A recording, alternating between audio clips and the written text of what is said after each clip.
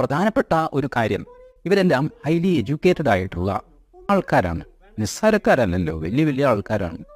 Doctor Babu Rajendra Prasad തുടങ്ങി എത്ര പേരാണ്, ടി കൃഷ്ണമാചാരി, മാളജി ദേശായി, കാമരാജ്, ഇവരൊക്കെ ഇങ്ങനെ ഒരു നാടൻ കാരണവന്മാരെ പോലെ ആ പോസ്റ്റ്മോർട്ടം വേണ്ട എടുത്ത് കത്തിക്കല എന്നൊക്കെ പറയും എന്ന് നമുക്ക് വിശ്വസിക്കാനും പ്രയാസം. തൽപരകക്ഷികൾ ഇതിൽ ഉണ്ട് താൻ. ഇത് തന്നെ മഹാത്മാഗാന്ധിയുടെ മരണത്തിലും സംഭവിച്ചു. നിങ്ങൾ ഓർക്കുന്നില്ലേ? മഹാത്മാഗാന്ധിയെയും പോസ്റ്റ്മോർട്ടം ചെയ്തില്ല. വെടികൊണ്ട് മരിച്ചു എന്നുള്ളത് ശരി, പക്ഷേ പോസ്റ്റ്മോർട്ടം ചെയ്യണ്ടേ? പക്ഷേ ആ പോസ്റ്റ്മോർട്ടം ചെയ്തില്ല. ഇൻക്വസ്റ്റ് മാത്രം, പ്രേത വിചാരണ എന്ന് പറയും. ആ ഇൻക്വസ്റ്റ് മഹാത്മാഗാന്ധിയുടെ കാര്യത്തിൽ നടന്നു. ശാസ്ത്രിജിയുടെ കാര്യത്തിൽ ഇൻക്വസ്റ്റ് പോലും ഉണ്ടായില്ല.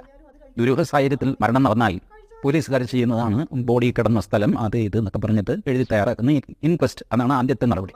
അതിനുശേഷമാണ് പോസ്റ്റ്മോർട്ടം. ശാസ്ത്രിജിയുടെ കാര്യത്തിൽ ഇൻക്വസ്റ്റും ഇല്ല, പോസ്റ്റ്മോർട്ടവും ഇല്ല. ഹാർട്ട് അറ്റാക്കാണ് എന്ന് അവിടെ നിന്നൊരു കഥ വരുന്നു.